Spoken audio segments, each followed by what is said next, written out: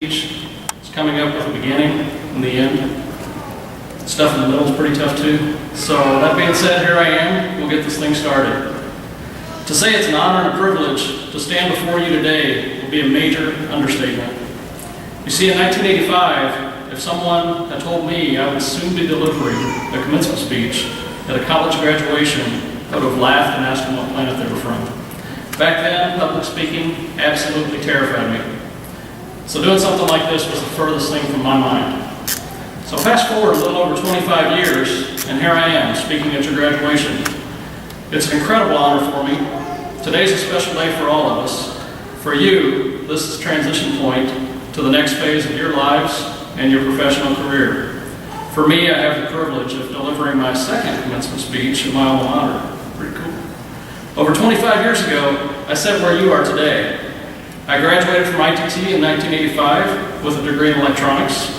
You may wonder what I learned at ITT way back then, right? A long time ago, right? I learned you should never, ever connect certain electronic components to excessive electrical current, especially when it's aimed in the general direction of your instructor. A thing popped, flew across the room, hit him in the thigh. Let's just say he wasn't nearly as amused as we were. I also learned that working 40 hours a week at night doesn't blend very well with early morning class schedules. All kidding aside, I learned the importance of common sense and how to logically solve problems. This may sound simple, but to this day I feel I would not be where I am today without the problem-solving foundation I developed at ITT. When I was asked to speak, I thought back to my ITT commencement in 1985. Unfortunately, the main things I remember was that I wore a suit, I got a degree, and I said farewell to some of my friends. I can't for the life of me remember who spoke, what they spoke about. I don't even remember what they looked like. So I thought if I could go back in time, what would I have liked to have heard back then? I personally would have liked to have heard someone speak about what happens after ITT. So, with that being said, I'll take you back in time to the 80s. Minus the bad haircuts and awful music some of us would like to forget. Remember Rick Astley? We got rickrolled every time we turned on the radio. How about Spandau Ballet, Wham? If you don't remember any of these historical nightmares, consider yourself extremely fortunate. Starting in the 80s, I'll take you on a quick walk through my next several years of my life after ITT until we end up back today, June 25th, 2011. I'll touch on some of my successes, mistakes I've made, lessons I've learned, and tidbits of wisdom I've picked up along the way. A little bit about me: I grew up in a small town in southwestern Illinois. In high school, I had good grades, but I wasn't really sure what I wanted to be when I grew up. Luckily, a recruiter from ITT paid me a visit, and something clicked. There was something about the school and educational opportunity that caught my attention. One thing led to another, and 2 weeks after my high school graduation, I found myself in Evansville, Indiana, enrolled at ITT Technical Institute in Electronics Engineering Technology. I was 17 years old. You may or may not be aware of this, but in the early 80s, ITT was a bit different than it is today. When I enrolled, ITT was in a rickety old building on Lincoln Park Avenue Drive in Evansville. I looked on Google Maps the other day to try to find it. It's now a slab of concrete sitting underneath the Lloyd Expressway, basically. So, the old building had just a few classrooms and only 2 programs were offered: Electronics Engineering Technology, Tool Engineering Technology. Classes were 5 days a week, 4 hours a day, 50 weeks a year for 2 years straight. Take it or leave it. That was your option. The next building was a major upgrade, but it was still no match for the very nice facility that ITT calls home today. My first 3 quarters at ITT, I was doing great, straight 4.0. Unfortunately, it was around the 4th quarter that on top of the 20-hour-a-week morning class schedule, I was working 40 to 50 hours a week.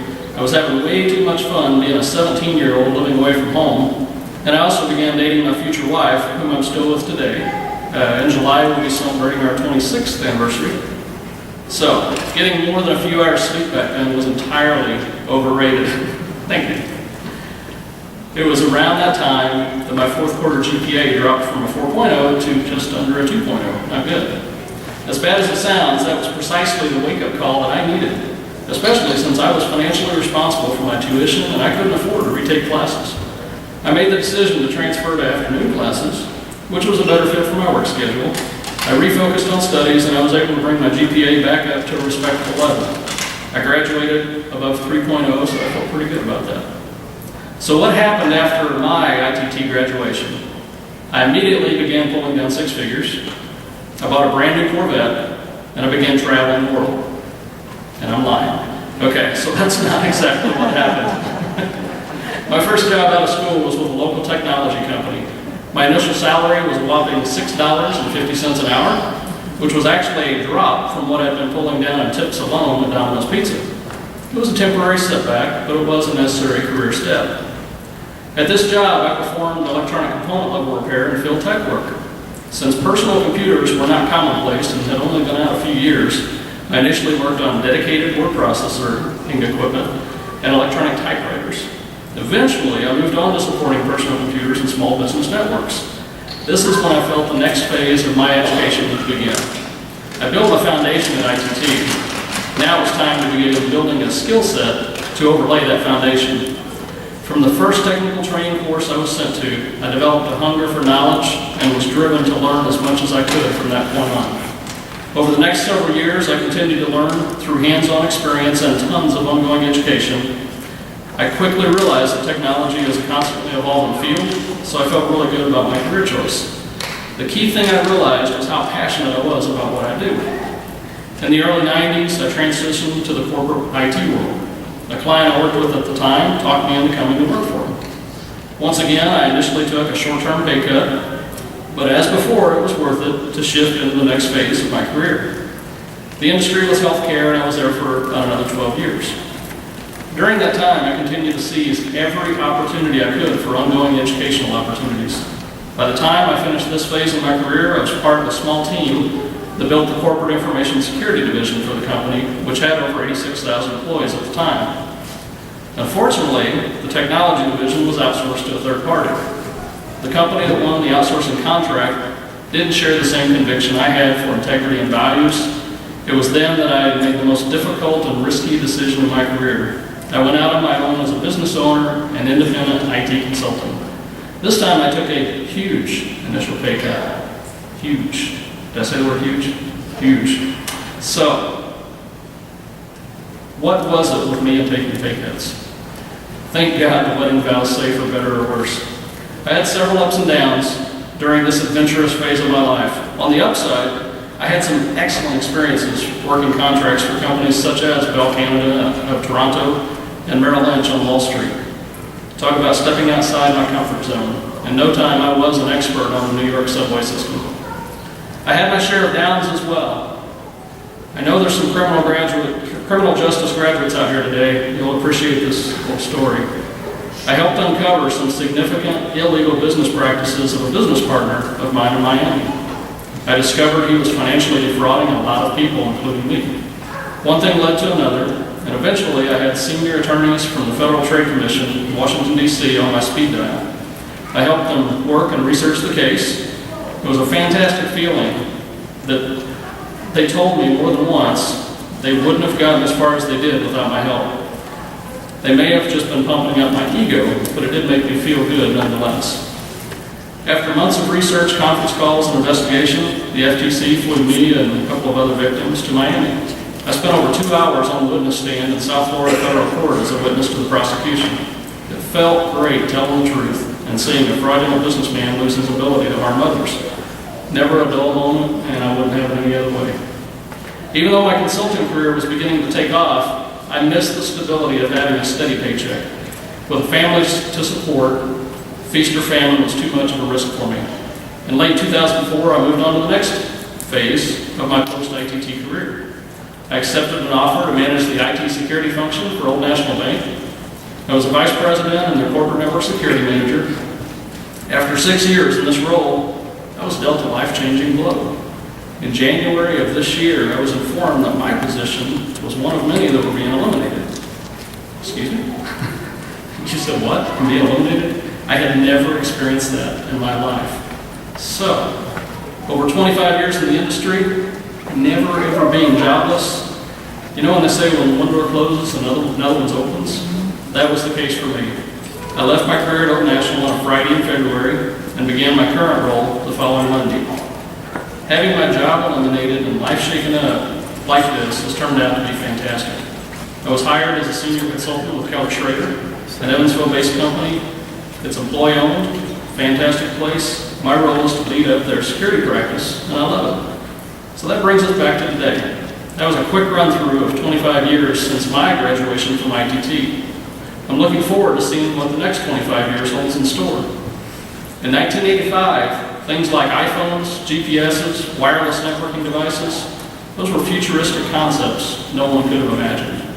I'm still hoping to see a Jetsons flying car sometime in my lifetime. I gotta see one. People have asked if I had to do it all over again, would I change anything at all? For the most part, I don't think I'd change a thing. It's said that all good things or all things happen for a reason, but I also believe that your destiny is entirely up to you. If you make good choices in life and surround yourself with good people, good things will happen. Of course, if you make bad choices, surround yourself with bad people, it's pretty good bet that bad things or good things aren't going to happen. So since your life from here on out is whatever you choose to make of it, I'll do my best to offer you a few tidbits of advice and wisdom I've picked up along the way. First one is passion. Be passionate in whatever you do. If you are passionate about your career path and don't enjoy what you do, change directions. Find something you enjoy doing. Salary should always take a backseat to happiness. A high-paying job isn't worth it if you don't enjoy what you do. As you probably picked up, I've taken several short-term pay cuts throughout my career, but I focused on the long-term opportunity rather than trying to make a quick short-term buck. It's always paid off both personally and financially. Next one is integrity. Never, ever, ever compromise your values or your integrity. As a past president and active member of a Rotary Club for several years, I found that the Rotary motto is a simple yet valuable guideline to live by. The Rotary motto is simply service above self. I found that the more you help others, the better you feel about yourself. And of course, the better you feel about yourself, the more likely you are to grow both personally and professionally. Your public image. I found that as silly as it may sound, you should realize that life is a perpetual interview. You should always be yourself, but you should realize that you are always on public display. In this digital world of instantaneous information, you can't afford to make mistakes that will impact your future. Remember, if it's posted on Facebook or Twitter, no matter how private you think your information is, it can and will get out. I suggest that if it's not something you'll be comfortable with your whole family seeing or reading, you probably don't want to post it for potential employers or current or future coworkers to see. I've heard this referred to as maintaining and protecting your digital image or your personal brand. Another tidbit is it's okay to fail. Learn to adapt and realize that it's okay to not always be right. We all learn from our mistakes, so you should welcome constructive criticism. Look at lessons learned from your mistakes as opportunities for personal growth. Another term I've picked up in the last few years that I really like is moral compass. According to the definition, the moral compass is anything that serves to guide a person's decisions based on morals or virtues. Use your moral compass. If it doesn't feel right, it's probably not. Find your moral compass and let it be your guide. Never say never. Not Justin Bieber, I think. Too often in my career, I've heard people say that I can't do that, or it's too hard. The one that really boils my blood is when I hear someone say, that's not my job description. Those that say these things are typically the same people that 20 years later, they're still unhappy and working only because they have to. Those that avoid using words such as can't, won't, and never are the ones that continuously grow and develop. A friend of mine has this phrase in his email tagline. It's had it there for a long time. If you think you can or you think you can't, you're right. May sound funny, but to me it's a pretty powerful statement. So today I've shared a little bit with you about my life experiences since I graduated from ITT. Now it's your turn. Today's the day you begin building your future. Not tomorrow, not next week, today, right now. As you begin this next chapter in your life, you should find the reason or reasons that you want to succeed. Is it a spouse, a child, a parent? Do you want to make others proud? Do you want to leave a legacy of positive memories? It can be any and all these things. Personally, there have been several reasons I've been driven to succeed.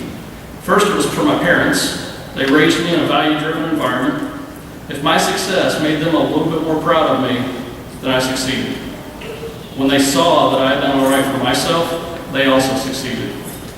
Today, my primary drive to succeed is for my wife and kids. Everything I do for them. If I can provide an environment of success for them and help guide their future in the right direction, we mutually succeed. So, class of 2011, congratulations. I'd like to thank Dean Kahn, Associate Dean Moulton, the ITT staff, and your guests. But most of all, I thank you, the graduates, for allowing me the privilege to stand before you today. It truly is an honor. In closing, I'd like to wish each and every one of you the best of luck as you go forward. And just remember, luck is only a small part of the equation. The rest is up to you. So go make it happen. Thanks.